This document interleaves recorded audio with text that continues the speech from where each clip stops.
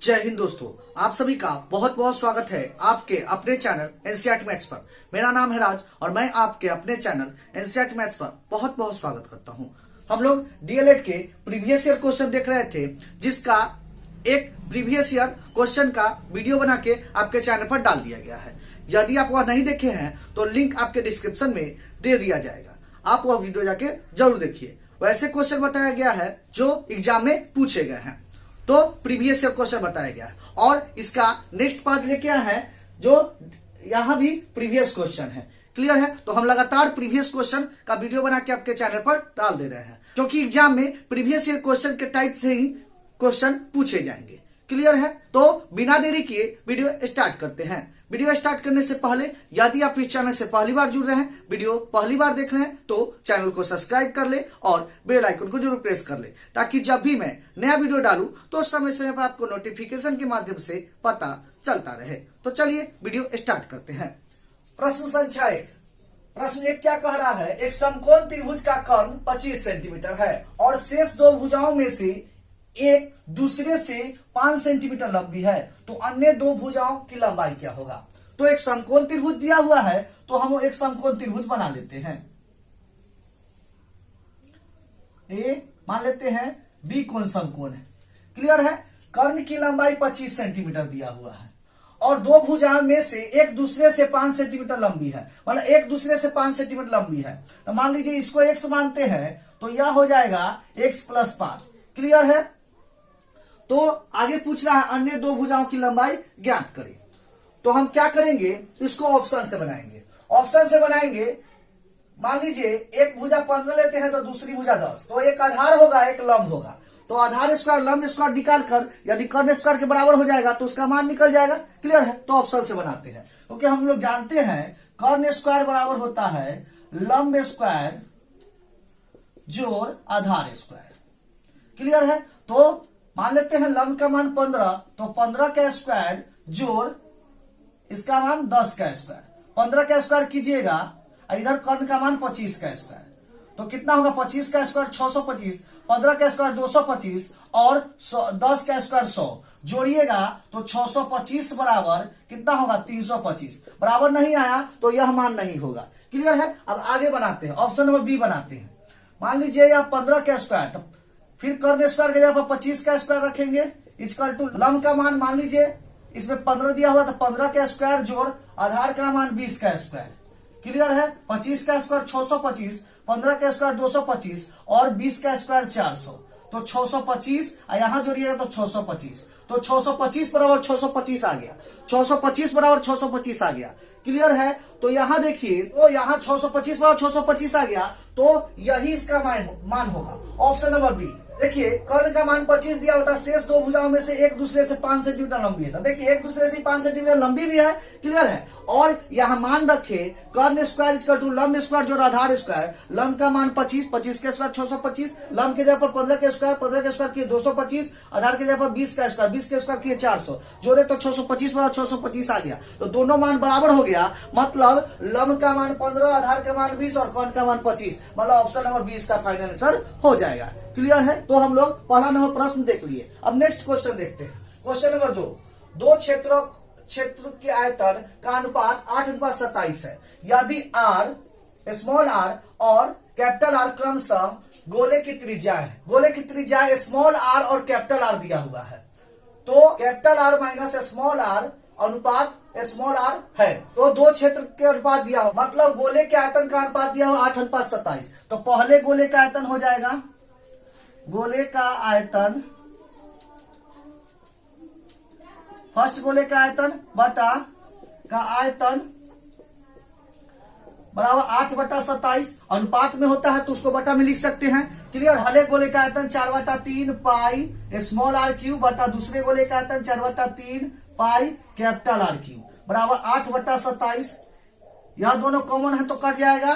Clear है? तो क्या बचेगा? स्मॉल r क्यूब बटा कैपिटल R क्यूब 8/27। क्लियर है? अब देखिए ये दोनों को लिख सकते हैं r/r का whole cube equal to 8/27। Clear है? 8/27 यह क्यू हटेगा तो उधर जाके क्यू रूट चढ़ जाएगा, तो क्या हो जाएगा आर बटा आर इक्वल टू हो जाएगा क्यू रूट 8/27। क्लियर है। अब इसका मान निकालेंगे, यहां निकालते हैं तो आर बटा आर इक्वल टू हो जाएगा, इसका घनमूल निकलेगा तो कितना होगा 2, और इसका घनमूल निकलेगा 27 का तो कितना होगा 3, क्योंकि 2 का क्यू 8 होता है, 3 का क्यू 27 होता है। क्लियर है। तो स्मॉल आर का मान 2 हो गया, कैपिटल आर का मान 3 हो गया। क्लियर है। तो आगे प्रश्न में क्या कह रहा है, capital R minus small R अनुपात स्मॉल आर। तो मान रख देंगे, कैपिटल आर का मान कितना है 3 माइनस स्मॉल आर का मान 2 अनुपात स्मॉल आर का मान कितना है 2, घटेगा तो 1:2, 1:2। तो मान क्या आ गया 1:2 आ गया। देखते हैं कहां 1:2, तो ऑप्शन नंबर बी। तो इसका फाइनल आंसर हो जाएगा ऑप्शन नंबर बी। क्लियर है। प्रश्न में कह रहा था दो क्षेत्र का आयतन का अनुपात दिया हुआ था। क्लियर है। दो त्रिज्याएं दिया हुआ था, तो कह रहा था capital R minus small R अनुपात आर का अनुपात पूछ रहा था। तो क्या किए, सबसे पहले हम आर का मान निकाल लिए, आर का मान निकाल लिए और बाद में आर का मान पुट कर दिए, तो उसका अनुपात निकल गया। तो फाइनल आंसर हो गया ऑप्शन नंबर बी। क्लियर है। 1:2। तो उम्मीद करते हैं आपको यह समझ में भी आया होगा। क्लियर है। हम लोग दूसरा नंबर प्रश्न भी देख लिए। अब हम लोग देखते हैं तीसरा नंबर प्रश्न क्या कह रहा है। तीसरा नंबर प्रश्न, यदि एक लंबवृत्तीय बेलन की त्रिज्या अधिक कर दी जाए और ऊंचाई समान रहे तो घटे हुए बेलन का आयतन एवं मूल आयतन के अनुपात क्या होगा। यह पूछा गया है 7/6/2023 शिफ्ट नंबर 1 में पूछा गया। प्रश्न कह रहा है कि एक त्रिज्या दिया हुआ है और इस त्रिज्या को आधा कर दिया जाता है और ऊंचाई समान रखा जाता है, मतलब पहले का भी ऊंचाई वही रहेगा और बाद का भी ऊंचाई वही रहेगा, ऊंचाई समान रखा जाता है। तो घटे हुए बेलन का आयतन और मूल बेलन का आयतन का अनुपात बताना है। क्लियर है। तो आइए हम बनाते हैं। तो सबसे पहले त्रिज्या आर मान लेते हैं। क्लियर है। यहां आर हो जाएगा, इसको R1 कर देते हैं, इसको R2 कर देते हैं। क्लियर है। कह रहा है बेलन की त्रिज्या आधी कर दिया है, तो मान लेते हैं बेलन की त्रिज्या पहले 1 था, इसको आधा करेंगे तो 1/2 हो जाएगा। क्लियर है। इसको 1 मान लेते हैं, इसको आधा करेंगे तो 1/2 हो जाएगा। और ऊंचाई समान रहे तो देखिए इसको H1 मान लेते हैं, H2 मान लेते हैं। ऊंचाई समान रहे, ऊंचाई का मान 1 मान लेते हैं तो यहां भी 1 रहेगा, क्योंकि दोनों जगह ऊंचाई समान है। क्लियर है। त्रिज्या आधा करने के लिए बोला है, ऊंचाई समान है। क्लियर है। तो घटे हुए बेलन का आयतन और मूल आयतन पूछ रहा है। क्लियर है। तो घटे हुए बेलन का आयतन पहले लिखना है, तो ई मूल त्रिज्या हो गया। क्लियर है। मूल त्रिज्या हो गया, ये घटा हुआ त्रिज्या हो गया, त्रिज्या। क्लियर है। तो प्रश्न में पूछा है कि घटे हुए बेलन का आयतन एवं मूल आयतन का अनुपात क्या होगा। तो पहले घटे हुए बेलन का आयतन है, तो पहले घटे हुए बेलन का आयतन का निकालेंगे। और घटे हुए बेलन का आयतन क्या हो जाएगा, पाई आर, आर के जगह पर क्या हो जाएगा R2² H2। क्लियर है। पाई R2² H2 अनुपात घटा हुआ है, इधर वाला घटे हुए बेलन का आयतन, इसको R2 माने हुए, H2 माने हुए, इधर हो जाएगा पाई R1² H1। क्लियर है। अब देखिए मान रखेंगे, सबसे पहले पाई से पाई कट जाएगा, दोनों में कॉमन है। R2² का मान कितना है 1/2 का होल स्क्वायर, 1/2 है। क्लियर है। गुने H2 का मान कितना है 1 है, बराबर R1 का मान कितना है, R1 का मान 1 है, तो 1 का स्क्वायर, यहां अनुपात होगा 1 का स्क्वायर गुने H1 का मान कितना है 1। तो देखिए 1/2 का स्क्वायर कीजिएगा तो 1/4 हो जाएगा, 1/2 का स्क्वायर कीजिए तो 1/4, 1 का स्क्वायर 1 और 2 का स्क्वायर 4 गुना 1 अनुपात 1 का स्क्वायर 1 गुना 1। अब देखिए यहां क्या होगा 1/4 अनुपात 1 = 1। क्लियर है। इसको भी यहां 1 लिखेंगे। क्लियर है। क्रॉस मल्टीप्लाई करेंगे तो 1 हो जाएगा और 4 1/4 होगा। क्या होगा 1/4 हो जाएगा। क्लियर है। 1/4 हो जाएगा। तो इसका फाइनल आंसर हो जाएगा 1/4, ऑप्शन नंबर बी। क्लियर है। Option number B. यह 7/6/2023 के शिफ्ट नंबर 1 में पूछा गया है। तो हम लोग यह भी प्रश्न देख लिए। क्लियर है। उम्मीद करते हैं आपको समझ में भी आया होगा। अब देखते हैं इसका नेक्स्ट क्वेश्चन। नेक्स्ट क्वेश्चन देखते हैं प्रश्न संख्या 4। एक समचतुर्भुज के क्षेत्रफल ज्ञात करें जिनके विकर्णों की लंबाई क्रमशः 10 सेंटीमीटर और 8.2 सेंटीमीटर है। तो एक समचतुर्भुज का क्षेत्रफल ज्ञात करना है जिनके विकर्णों की लंबाई दिया हुआ है। तो हम लोग ज्ञात करते हैं। तो समचतुर्भुज का क्षेत्रफल ज्ञात करना है तो हम लोग जानते हैं समचतुर्भुज का क्षेत्रफल क्या होता है, क्षेत्रफल, यह लिख लीजिएगा आप 1/2 गुने विकर्णों का गुणनफल। क्लियर है? चाहे इसी को लिख सकते हैं 1/2 गुने d1 गुना d2, d1 गुना d2। क्लियर है? समचतुर्भुज का क्षेत्रफल क्या होता है? 1/2 गुने d1 गुना d2, जहां d1 हो जाएगा पहला विकर्ण, d2 हो जाएगा दूसरा विकर्ण। क्लियर है? तो हम लोग समचतुर्भुज का क्षेत्रफल लिख लिए। अब देखिए यहाँ विकर्णों की लंबाई दिया हुआ है, तो पहला विकर्ण कितना दिया हुआ 10, तो d1 का मान कितना हुआ है 10, और d2 का मान कितना दिया हुआ है 8.2। तो हम लोग समचतुर्भुज का क्षेत्रफल निकाल सकते हैं, बिल्कुल निकाल सकते हैं, क्योंकि फॉर्मूला हमको पता है। तो समचतुर्भुज का क्षेत्रफल क्या होता है? 1/2 गुने d1 गुना d2। तो 1/2 गुने d1 का मान 10 है और d2 का मान 8.2 है। 2 से काटेंगे 5 बार में, क्या करेंगे 5 गुना 10 के 0 हासिल 1 और 8 5 40 से 41, 41.0। क्लियर है? दशमलव के बाद 0 नहीं रहता है तो क्या हो जाएगा 41 सेंटीमीटर स्क्वायर। क्या हो जाएगा 41 सेंटीमीटर स्क्वायर। तो समचतुर्भुज का क्षेत्रफल का मान कितना हो गया 41 सेंटीमीटर स्क्वायर। तो देखते हैं कहां है। तो 41 centimetre square option number B में है, ऑप्शन नंबर बी में है। तो इसका फाइनल आंसर हो जाएगा ऑप्शन नंबर बी। क्लियर है? उम्मीद करते हैं आपको समझ में भी आया होगा। क्लियर है? यह समचतुर्भुज का क्षेत्रफल आप लिख लीजिएगा, क्योंकि एग्जाम में इससे प्रश्न पूछे जाएंगे। क्लियर है? याद कर जाइएगा जरूर। क्लियर है? चलिए अब नेक्स्ट क्वेश्चन देखते हैं। प्रश्न संख्या 5, 2 सिलेंडरों की त्रिज्या 2:3 के अनुपात में है और ऊंचाई का अनुपात 5:3 के अनुपात में है, तो आयतन का अनुपात होगा। तो 2 सिलेंडर की त्रिज्या 2:3 दिया हुआ है, उसके ऊंचाई का अनुपात 5:3 दिया हुआ है, तो इनका आयतन का अनुपात क्या होगा यह ज्ञात करना है। तो हम लोग जानते हैं कोई भी सिलेंडर होता है वह बेलनाकार होता है। क्लियर है? बेलनाकार होता है। तो यहां समझ सकते हैं कि बेलन की त्रिज्या और बेलन की ऊंचाई दिया हुआ है, तो बेलन का आयतन का अनुपात पूछ रहा है, तो हम लोग निकाल लेते हैं। क्लियर है? चलिए, सिलेंडर की त्रिज्याओं का अनुपात 2:3 दिया हुआ है, तो हम क्या करते हैं R1 अनुपात R2 = 2:3 लिख लेते हैं। R1 का मान 2 हो जाएगा, R2 का मान 3 हो जाएगा। H1 अनुपात H2 कितना हो जाएगा 5:3, 5:3। तो दोनों का आयतन का अनुपात देखते हैं। तो दोनों के आयतन का अनुपात, तो हम लोग जानते हैं बेलन का आयतन होता है πr²h। बेलन का आयतन क्या होता है πr²h। यह लिख लीजिएगा, यहां लिख देते हैं, यह आप जरूर याद कर जाइएगा, इससे क्वेश्चन पूछे जाएंगे एग्जाम में। क्लियर है? बेलन का आयतन होता है πr²h। बेलन का वक्र क्षेत्रफल पूछेगा 2πrh, याद रखिएगा। बेलन का कुल क्षेत्रफल पूछेगा 2πr × r+h। क्लियर है? यह सब फॉर्मूला कल भी लिखा दिए थे। क्लियर है? आज भी लिखा दिए। तो यह फॉर्मूला इंपॉर्टेंट है, बहुत ही जरूरी है। यह फॉर्मूला जरूर याद कर जाइएगा, इस पे प्रश्न एग्जाम में पूछे जाएंगे। क्लियर है? यह फॉर्मूला जरूर याद कर जाइएगा। क्लियर है? तो चलिए यह प्रश्न बनाते हैं। क्या होगा πr1² h1 हो जाएगा, यहां हो जाएगा πr2² h2। दोनों का अनुपात निकालना है तो लिख देंगे। अब देखिए दोनों में पाई कॉमन है तो पाई से पाई कट जाएगा।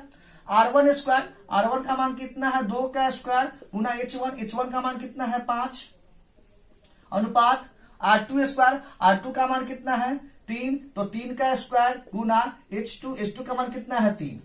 क्लियर है? का स्क्वायर कितना हो जाएगा 4 गुने 5 अनुपात 3 का स्क्वायर कितना हो जाएगा 9 गुने 3।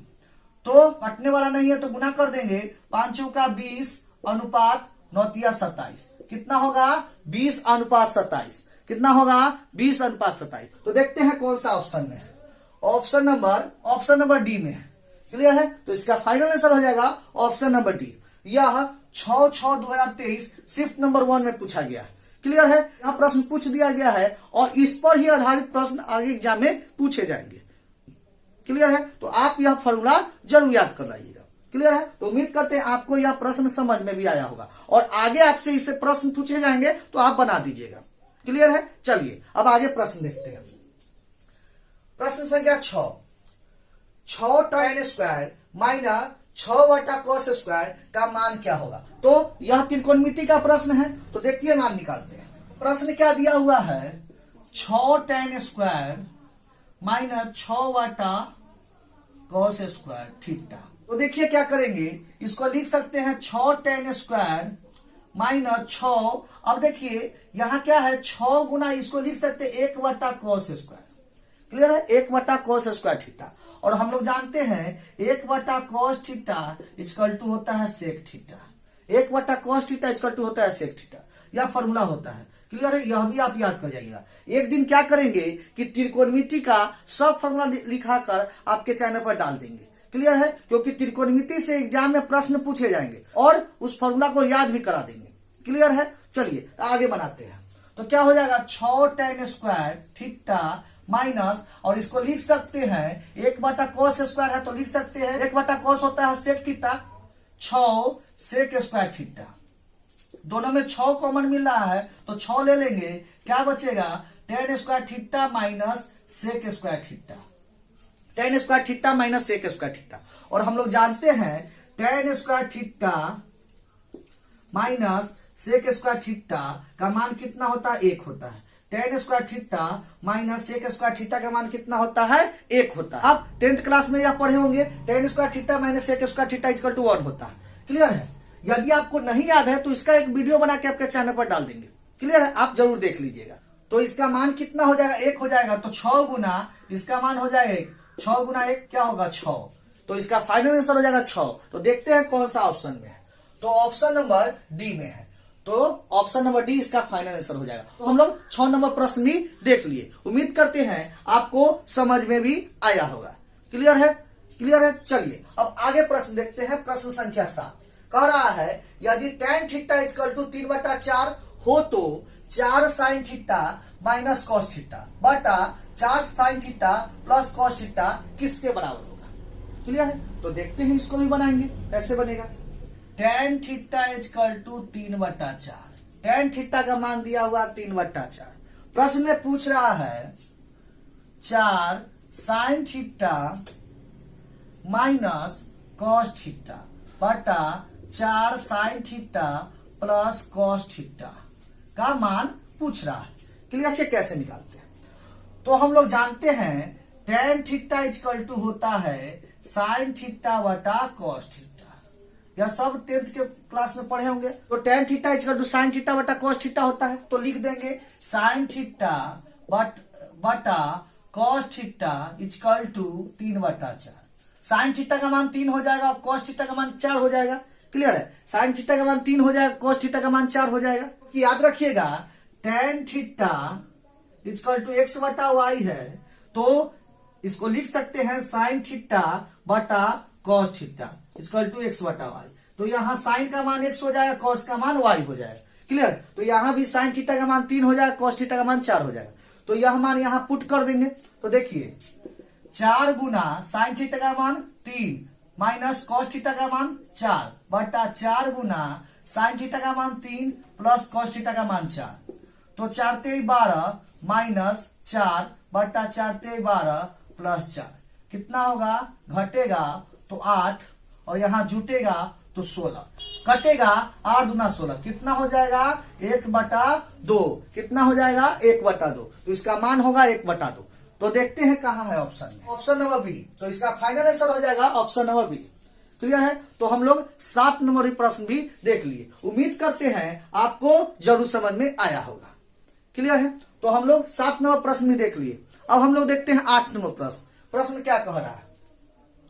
8 नंबर प्रश्न, किसी आवृत्ति वितरण का माध्यक तथा बहुलक क्रमशः 26 तथा 29 है तो माध्य ज्ञात करें। तो इस पर कल प्रश्न बता चुके हैं। क्लियर है, माध्य का बहुलक पर कल प्रश्न बता चुके हैं। क्लियर है, एक और प्रश्न आ गया या पूछा गया 6/6/2023 में शिफ्ट नंबर 2 में। तो देख लेते हैं और इसका कल वीडियो बना डाल दिए हैं। यदि आप नहीं देखे हैं तो लिंक डिस्क्रिप्शन में दे दिया जाएगा, आप जाके वह वीडियो जरूर देखिए। चलिए, तो हम लोग कल एक फॉर्मूला देखे हैं, बहुलक बराबर होता है 3 माध्यक माइनस 2 माध्य। क्लियर है, 3 माध्यक माइनस 2 माध्य। क्लियर है, तो माध्यक का मान कितना दिया 26 और बहुलक का मान 29 रख देंगे तो माध्य का मान निकल जाएगा। क्लियर है, तो रख देते हैं। बहुलक का मान कितना दिया हो 29 तो रख देते हैं बहुलक का मान 29 बराबर माध्यक का मान कितना दिया हो 26। तो 3 गुना माध्यक का मान 26 और माध्य का मान निकालना है। क्लियर है, तो 29 बराबर इसको गुना कीजिएगा तो 6 18 और 3 6 78 होगा, -2 माध्य। अब यह 78 इधर के घटेगा तो 29 - 78, 29 - 78 इक्वल टू हो जाएगा -2 माध्य। क्लियर है? 29 - 78 इक्वल टू -2 माध्य। अब घटाएंगे तो घटाइएगा, आ गया 9 और 6 में से 2 गया 4, -49 इक्वल टू हो जाएगा -2 माध्य। क्लियर है? यहां देखिए माइनस से माइनस कट जाएगा तो क्या हो जाएगा 49, और यह 2 गुना में है तो उधर के भाग में हो जाएगा तो 49/2 इक्वल टू माध्य हो जाएगा। तो माध्य का मान कितना हो जाएगा, इसको 2 से भाग देंगे तो कितना हो जाएगा 2 दूना 4 और 4 दूना 8.5। क्लियर है? तो 24.5, तो माध्य का मान कितना हो जाएगा 24.5। क्लियर है? तो देखते हैं कहां है, तो 24.5 ऑप्शन नंबर डी में है, तो इसका फाइनल आंसर हो जाएगा ऑप्शन नंबर डी। क्लियर है? तो हम लोग 8 नंबर प्रश्न भी देख लिए। आप यह फॉर्मूला जरूर याद रखिएगा, बहुलक इक्वल टू होता है 3 माध्यक प्लस -2 माध्य, 3 माध्यक -2 माध्य। यह फॉर्मूला आप जरूर याद रखिएगा। क्लियर है? चलिए अब देखते हैं प्रश्न संख्या 9 क्या कह रहा है, यदि बहुलक माइनस माध्यक इक्वल टू 24 तो माध्यक माइनस माध्य क्या होगा, तो देखते हैं। इस पर ही प्रश्न है, देखते हैं कैसे बनेगा।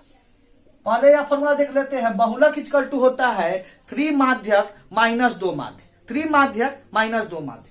देखिए इसको क्या करते हैं, बहुलक बराबर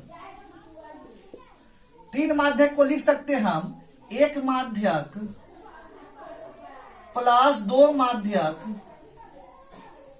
-2 माध्य, यह लिख सकते हैं। क्लियर है? क्योंकि 3 माध्यक को हम 1 माध्यक और 2 माध्यक के रूप में तोड़ दिए। 3 बराबर हम लिख सकते हैं 2 + 1, चाहे 3 बराबर लिख सकते हैं 1 + 2। क्लियर है? कोई फर्क नहीं पड़ेगा, यहां भी 3 मान होगा, यहां भी 2 1 3 मान होगा। क्लियर? लिख सकते हैं।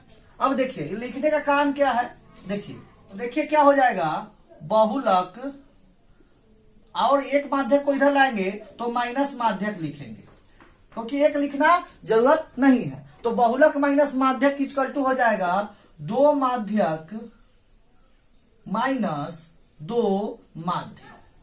क्लियर है? क्लियर है? चलिए तो क्या हो जाएगा, बहुलक माइनस माध्यक, और देखिए दोनों में 2 कॉमन मिल रहा है तो कॉमन लेंगे, 2 माध्यक माइनस माध्य। क्लियर है? दोनों में से 2 कॉमन ले लिए, 2 माध्यक माइनस माध्य। क्लियर है? ऐसे काहे बना है, क्योंकि यह फॉर्मेट पर बन सके, यह फॉर्मेट पर जाके बैठ सके। क्लियर है? तो अब देखिए क्या होगा, बहुलक माइनस माध्यक का मान कितना है 24 दिया हुआ, तो रख सकते हैं बहुलक माइनस माध्यक का मान 24, तो रख देंगे बहुलक माइनस माध्यक के जगह पर 24 इक्वल टू 2 माध्यक माइनस माध्य। अब देखिए 2 से कट जाएगा 12 बार में, तो 12 बराबर हो जाएगा माध्यक माइनस माध्य। तो माध्यक माइनस माध्य का मान कितना हो गया 12। क्लियर है? तो हम लोग निकाल लिए माध्यक माइनस माध्य का मान कितना हो गया 12। तो माध्यक माइनस माध्य का मान 12 ऑप्शन नंबर बी में है। क्लियर है? ऑप्शन नंबर बी में है, तो इसका फाइनल आंसर हो जाएगा ऑप्शन नंबर बी। तो यह भी प्रश्न हम लोग देख लिए, उम्मीद करते हैं आपको समझ में भी आया होगा। क्या किए हैं, बहुलक बराबर 3 माध्यक -2 माध्य होता है, 3 को हम लिख सकते हैं 1 + 2, तो 1 माध्यक प्लस 2 माध्य लिख दिए। अब -2 माध्य पहले से 1 माध्यक प्लस 2 माध्यक लिख दिए। क्लियर है? और -2 माध्यक को ऐसे ही छोड़ दिए। अब क्या कि 1 माध्यक को इधर ला दिए तो बहुलक माइनस माध्यक हो गया, और यहां हो गया 2 माध्यक -2 माध्य, 2 माध्यक -2 माध्य। अब क्या किया, दोनों में 2 कॉमन ले लिए, तो बहुलक माइनस माध्यक इक्वल टू 2 इंटू माध्यक माइनस माध्य हो गया। अब बहुलक माइनस माध्य का मान दिया हुआ था 24, तो रख दिए, बराबर हो गया 2 इंटू माध्यक माइनस माध्य। 2 से कटेगा 12 बार में, काट दिए तो माध्यक माइनस माध्य का मान 12 हो गया। क्लियर है? तो उम्मीद करते हैं आपको समझ में भी आया होगा। अब देखते हैं क्वेश्चन नंबर 10। प्रश्न संख्या 10 क्या कह रहा है, यदि बहुलक माइनस माध्य इक्वल टू 12 हो तो माध्यक माइनस माध्य निकालिए। सेम प्रश्न है, यह प्रश्न पूछा गया 10/6/2023 शिफ्ट नंबर 1 में, और यह प्रश्न पूछा गया 9/6/2023 शिफ्ट नंबर 2 में। क्लियर है, सेम प्रश्न पूछ दिया गया, शिफ्ट चेंज है। क्लियर है, तो इसलिए बोलते हैं कि आप प्रीवियस ईयर क्वेश्चन जरूर देख के जाइए, क्योंकि वही पैटर्न पर क्वेश्चन पूछ दिए जाते हैं। क्लियर है, वही पैटर्न पर क्वेश्चन सेम टू सेम पूछ दिए जाते हैं, तो आपको प्रीवियस ईयर क्वेश्चन देखना बहुत जरूरी है। तो देखिए सेम क्वेश्चन है, तो सेम क्वेश्चन है तो क्या करेंगे, यहां सीधा मान रख देंगे। देखिए पहले से ही निकाल के रखे हुए हैं, बहुलक माइनस माध्यक इक्वल टू 2 इंटू माध्यक माइनस माध्यक, यहां मान रख देंगे। देखिए बहुलक माइनस माध्यक के मान कितना दिया हुआ 12, तो रख दीजिए 12 इक्वल टू 2 इंटू माध्यक माइनस माध्यक। क्लियर है, माध्यक माइनस माध्यक 2 से कटेगा 6 बार में, तो क्या होगा माध्यक माइनस माध्य का मान कितना हो जाएगा, कितना हो जाएगा 6 हो जाएगा, कितना हो जाएगा 6 हो जाएगा। तो देखते हैं कौन सा ऑप्शन में 6 है, तो ऑप्शन नंबर ए में है, ऑप्शन नंबर ए में 6 है, तो इसका फाइनल आंसर हो जाएगा ऑप्शन नंबर ए 6। क्लियर है, तो उम्मीद करते हैं यह भी प्रश्न आपको जरूर समझ में आया होगा। तो हम लोग आज 10 प्रश्न देख लिए। क्लियर है, प्रीवियस ईयर क्वेश्चन का 10 प्रश्न देख लिए और 10 का सॉल्यूशन भी देख लिए। क्लियर है, बहुत ही आसान तरीका से देख लिए। क्लियर है, सबका फॉर्मूला भी देख लिए, तो उम्मीद करते हैं आपको समझ में भी आया होगा। क्लियर है, क्वेश्चन समझ में भी आया होगा। क्लियर है, यदि क्वेश्चन समझ में आया है तो वीडियो को लाइक करें और ज्यादा से ज्यादा अपने दोस्तों के पास शेयर जरूर करें। ऐसे दोस्तों के पास शेयर करें जिनका एग्जाम 30 मार्च को एग्जाम है, वैसे दोस्तों के पास शेयर जरूर करें, ताकि वह भी आप प्रश्न देख ले और इस पर ही आधारित प्रश्न एग्जाम में पूछे जाएंगे। क्लियर है, प्रीवियस ईयर पर आधारित ही प्रश्न एग्जाम में पूछे जाते हैं। क्लियर है, तो आप वैसे दोस्तों के पास शेयर जरूर करें। चलिए अब मिलते हैं नेक्स्ट वीडियो में इसी तरह के नए प्रश्नों के साथ, प्रीवियस ईयर के प्रश्नों के साथ। तब तक के लिए धन्यवाद। जय हिंद।